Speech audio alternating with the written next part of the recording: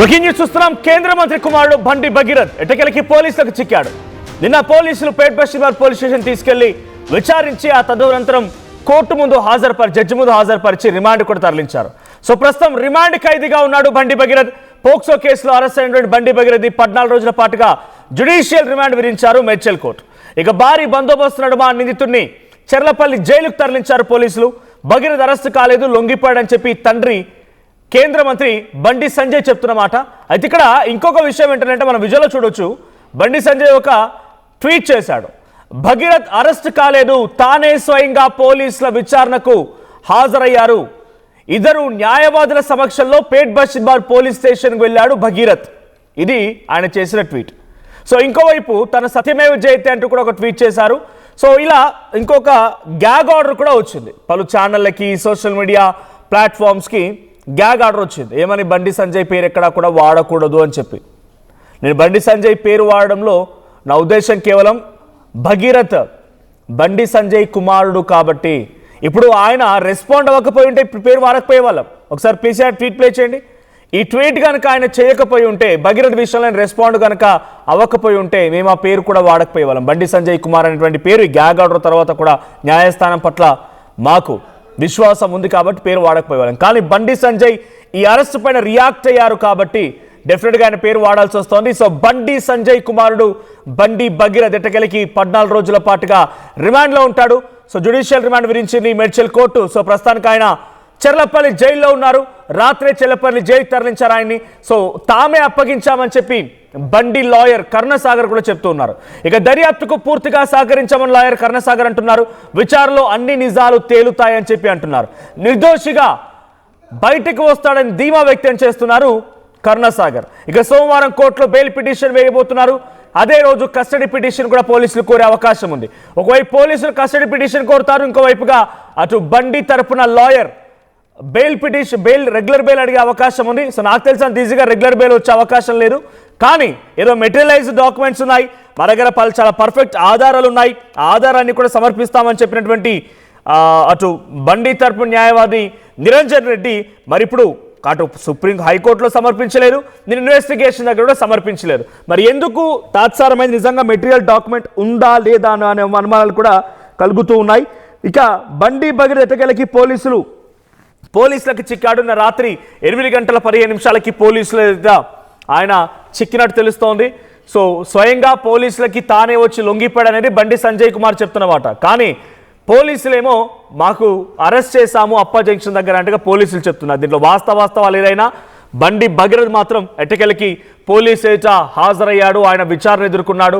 ఆ తర్వాత కోర్టులో ప్రవేశపెట్టారు. కోర్టు నుంచి అటు పిమ్మట నెక్స్ట్ జైలుకు కూడా తరలించారు. సో చెర్లపల్లి జైల్లో ఉన్నారు. నిన్న రాత్రి చెర్లపల్లి జైల్లో బండి భగీరథ్ నిందితుడు బండి భగీరథ్ని అప్పగించారు పోలీసులు. సో బండి భగీరథ్కి 14 రోజుల పాటుగా జ్యుడిషియల్ రిమాండ్ ఉండబోతోంది. ఇక మండే రోజు అంటే టుమారో రేపు బండి భగీరథ్ విషయంలో మళ్ళీ రెగ్యులర్ బెయిల్ కోలే అవకాశం ఉంది. ఇటు బండి భగీరథ్ తరపు న్యాయవాదులు, అటువైపు పోలీసులు కస్టడీ కోరే అవకాశం ఉంది.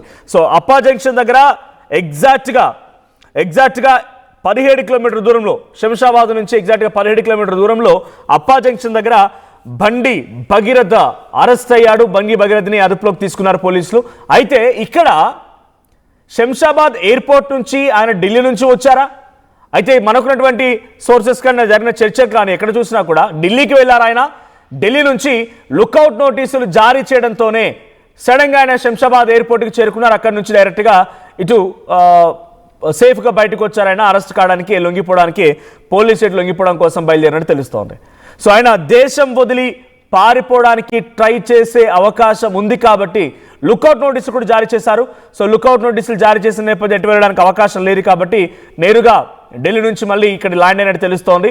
సో మరి దానికి ఢిల్లీ వరకు వెళ్ళారా, ఇక్కడిక్కడే ఉన్నారా, ఇన్ని రోజుల పాటు ఎక్కడ తప్పించుకున్నారు ఏంటని తెలియాల్సి ఉంది. బట్ యాజ్ ఆఫ్ నౌ ఒకసారి బండి సంజయ్ బండి భగీరథ్ లాయర్ కర్ణసాగర్ మాట్లాడుకొచ్చారు. ఆయన ఏం మాట్లాడారో చూద్దాం. మేము డిస్కషన్ ఇచ్చాము, మేము దాన్ని ఎక్స్ప్లెయిన్ చేయాల్సిన అవసరం లేదు. You have enough proof to show.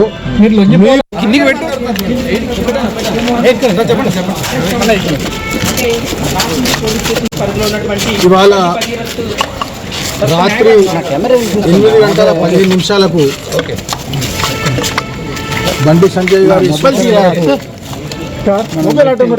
ఆయన కుమారుడైనటువంటి బండి భగీరథ్ని యాంటన్ రెడ్డి గారు మరియు ఇద్దరం కలిసి పోలీసులకు సరెండర్ చేయడానికి తీసుకొచ్చి తనను పోలీస్ వాళ్ళకు ఎస్వటి పోలీస్ వాళ్ళకు సరెండర్ చేయడం జరిగింది. అక్కడి నుంచి పోలీస్ వాళ్ళు బండి భగీరథ్ని పేట్ బషీర్బాగ్ పిఎస్కి తీసుకురావడం, అక్కడ వాళ్ళ ప్రొసీజర్ ప్రకారం మిగతా ప్రొసీజర్ అంతా కంప్లీట్ చేసుకొని ఇప్పుడే మెడికల్ చెకప్ తర్వాత మెజిస్ట్రేట్ గారి ముందు ప్రవేశపెట్టడం జరిగింది. మెజిస్ట్రేట్ గారు కేస్ డైరీ యొక్క మొత్తం పూర్వపరాలు పరిశీలించిన తర్వాత బండి భగీరథ్కి 29th మే వరకు రిమాండ్ విధించడం జరిగింది.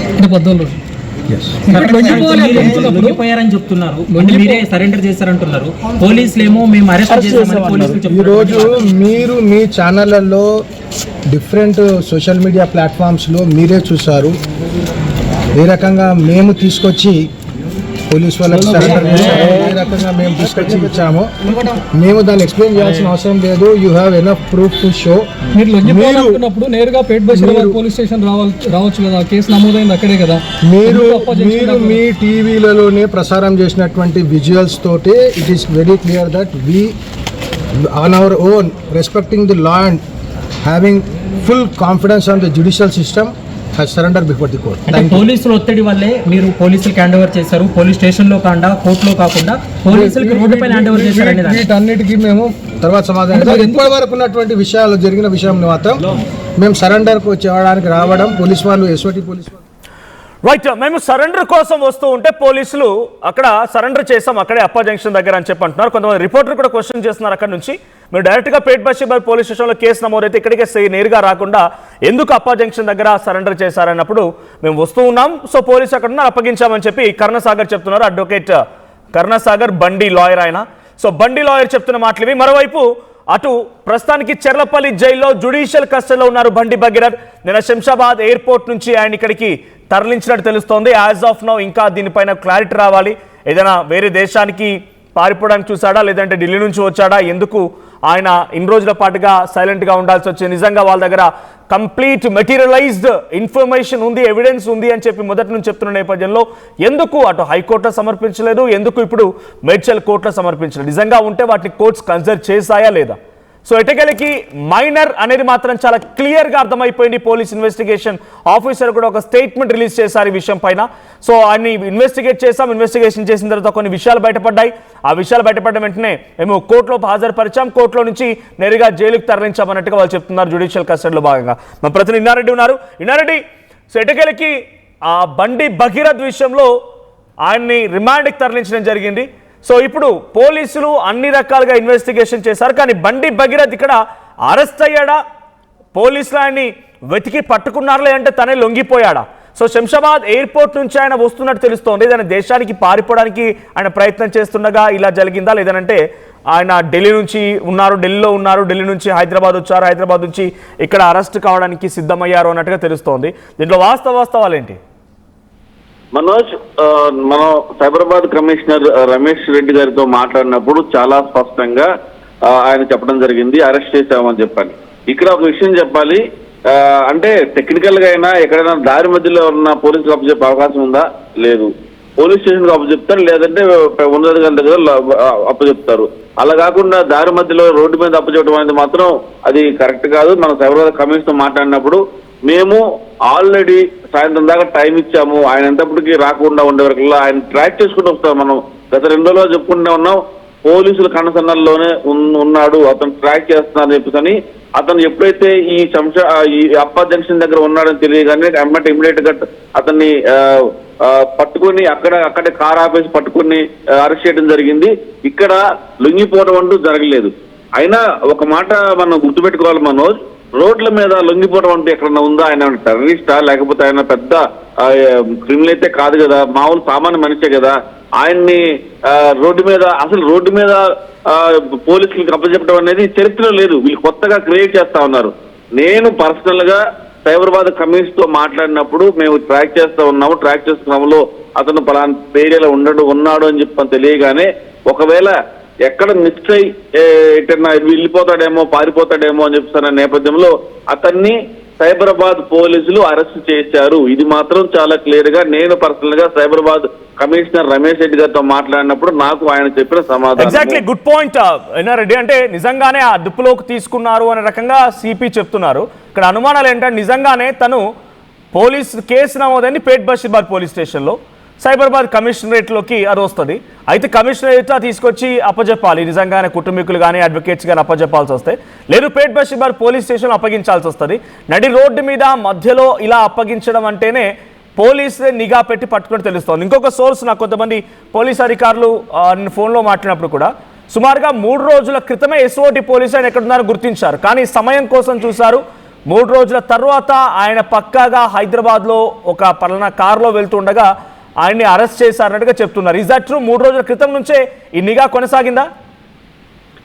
ఎస్ మనోజ్, మనం గమనించవచ్చు. నేను 3 రోజుల నుంచి మనం చెప్తూనే ఉన్నాము, పోలీసుల నిఘా కంటిన్యూస్ కొనసాగుతూనే ఉంది. నిన్న చాలా వరకు సమయం ఇచ్చారు, వస్తాడులే లొంగిపోతాడులే అని చెప్పని సమయం ఇచ్చారు. అయితే అతను ఆ సమయాన్ని యూటిలైజ్ చేసుకోకుండా అతను ఒక అన్కండిషనల్ గా అడ్వకేట్లతో వెళ్తున్నాడు సమాచారం తెలుసుకొని ట్రాక్ చేసి రోడ్డు మధ్యలో కారు ఆపి అరెస్ట్ చేయడం జరిగింది. అయితే మనం ఇంతకుముందు చెప్పుకున్నట్టుగా అసలు ఎక్కడన్నా సరే నడి రోడ్డు మీద పోలీసులకు సరెండర్ చేసిన చరిత్ర అసలు ప్రపంచ చరిత్ర అలాంటి సంఘటనలు లేవు. కానీ వాళ్ళు ఆ రకంగా చెప్పడం అనేది మాత్రం నిజంగా ఒక రకంగా చెప్పాలంటే హాస్యాస్పదంగా ఉంది. మరొక విషయం కూడా మనం ఆల్రెడీ హైకోర్టులో వీరు ఇంట్రీమ్ బెయిల్ పిటిషన్ ఇచ్చారు, రెగ్యులర్ బెయిల్ పిటిషన్ ఇచ్చారు. ఇంట్రీమ్ పిటిషన్ ఏమో ఇప్పుడు ఇవ్వలేమని చెప్తారు స్పష్టంగా అర్ధరాత్రి పూట హైకోర్టు జడ్జి గారు చెప్పడం జరిగింది. అదే కాకుండా చాలా మంది కన్ఫ్యూజన్ లో ఉన్నారు. మొత్తంగా పోలీసులు అరెస్ట్ చేస్తారు, ఎందుకంటే ఇక్కడ పోలీసుల వైఫల్యం కూడా కనబడుతోంది అనే రకంగా అందరు చర్చించుకున్నారు. ఎందుకంటే స్వయంగా బండి సంజయ్ కుమారే భగీరథ్ పీసీఆర్ ఒకసారి ట్వీట్ పే చేయండి, నేను పోలీస్ స్టేషన్ లొంగిపోయాడు, అరెస్ట్ కాలేదు అని చెప్తున్నారు కేంద్ర హోంశాఖ సహాయ మంత్రి. కాబట్టి అక్కడ తెలంగాణ పోలీసుల పైన మచ్చపడబోతోంది. తెలంగాణ పోలీసులు 9 రోజులైనా ఒక వ్యక్తిని పట్టుకోకపోవడం అనే విషయం పైన ఫెయిల్ అయినట్టుగా పబ్లిక్ కూడా భావించే అవకాశం ఉంది. కాబట్టి ఇది సిపి మీకు చెప్తున్న ప్రకారంగా అరెస్టే, ఇది లొంగిపోవడం కాదు, అంతేనా? ఎస్ మనోజ్, ఎందుకంటే మనం గమనించవచ్చు, ఎప్పుడైతే తెలంగాణ పోలీసులు పెద్ద టెర్రరిస్టులను అరెస్ట్ చేసిన క్రమాన్ని మనం చూసిన పరిస్థితి ఉంది. మన దగ్గర టెక్నాలజీ కానీ మన దగ్గర ఎఫిషియెంట్ ఆఫీసర్స్ కానీ, ఎందుకంటే సెన్సిటివ్ కేసు తర్వాత ఈ విషయంలో ఆచూచి వ్యవహరించాలని చెప్పి ఆ విషయంలోనే దాదాపుగా ఎప్పటి నుంచో ట్రాక్ లో ఉన్నాడు. మనం కూడా గతంలో చాలాసార్లు కూడా ఇదే విషయాన్ని పదే చెప్పడం జరిగింది.